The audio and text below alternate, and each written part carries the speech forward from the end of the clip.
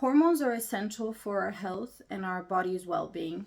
They are part of a lot of biochemical processes within the body, as well as ensure the functioning of our cardiovascular system and other systems in place.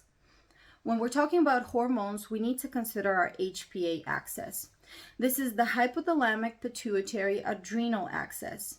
What this is basically a mechanism that we have in place when it comes to responding to stress.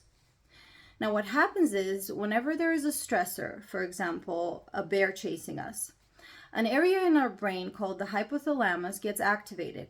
It releases a neurotransmitter that then travels down and signals your pituitary gland, which is located at the base of your brain, to release a hormone called the adrenocorticotropic hormone. This hormone then travels all the way down to your adrenals that are located on top of your kidneys to signal them to release cortisol. Cortisol is our stress hormone. When cortisol is released, then our body gets into a fight or flight mode. In medical terms, it's called your sympathetic nervous system is activated. It gets your body ready for a battle, ready for action. The problem is that nowadays our bodies are not able to distinguish between a bear chasing us and our phone constantly ringing, or us being stuck in traffic with a lot of angry drivers around. So imagine your body being in a constant state of a fight or flight mode, which means it's constantly releasing cortisol. And cortisol is not meant to stay high for long.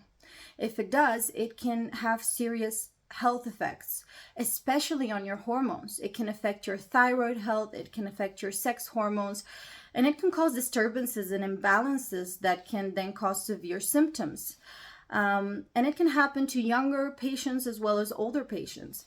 So it's very, very important to consider testing your cortisol levels as well as all of your other hormones, thyroid hormones, sex hormones, and get an accurate snapshot of where your body's at the moment so that a practitioner can evaluate and pinpoint the triggers and the different areas where the changes are happening and the disturbances and imbalances are taking place, so they can actually affect those imbalances and return the axis back to normal, reduce your cortisol levels or improve them if needed, so that they can rebalance your hormones to healthy levels so that they can continue doing what they're doing, and that is being the protectors of our bodies and to function in a proper way.